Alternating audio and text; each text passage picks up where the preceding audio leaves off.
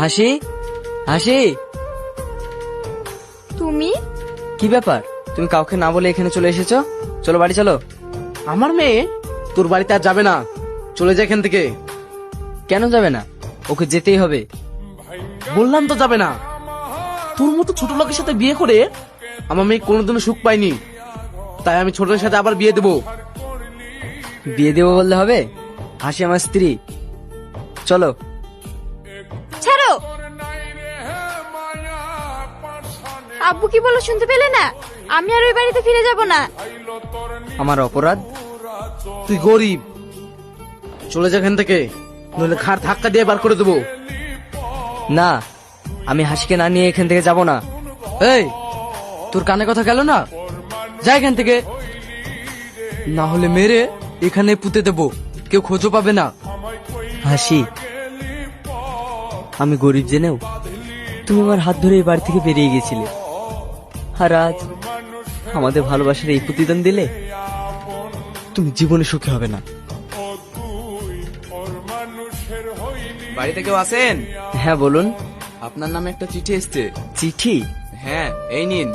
কিসের চিঠি বাবু? জানি না। হ্যালো, আমি হাসি। হাসি? হ্যাঁ, ডিভোর্স পেপার পাঠিয়ে দিয়েছি, সইটা করে দিও। সেলিম, কি এটা? মা, হাসি আমাকে ডিভোর্স পেপার পাঠিয়েছে। হ্যাঁ? হাসি, তুমি আমার সাথে এমন কেন করছো?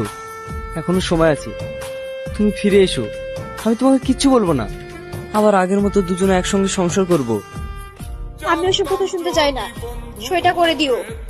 হ্যাঁ, সই তো করেই দেব। আমি তো সব সময় তোমার কথা মতোই চলেছি।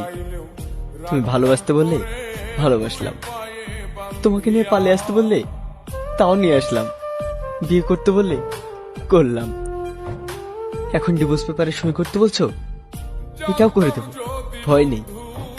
তোমার খুশিতে তো আমি খুশি।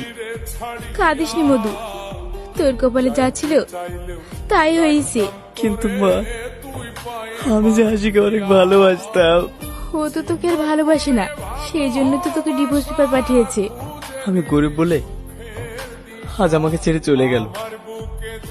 আমি একদিন দেখিয়ে দেব মানুষের পরিস্থিতি সবসময় একরকম থাকে না। কি করবি তুই? আমাকে টাকা ইনকাম করতে হবে, অনেক টাকা। আমি আজকে বিদেশ যাব।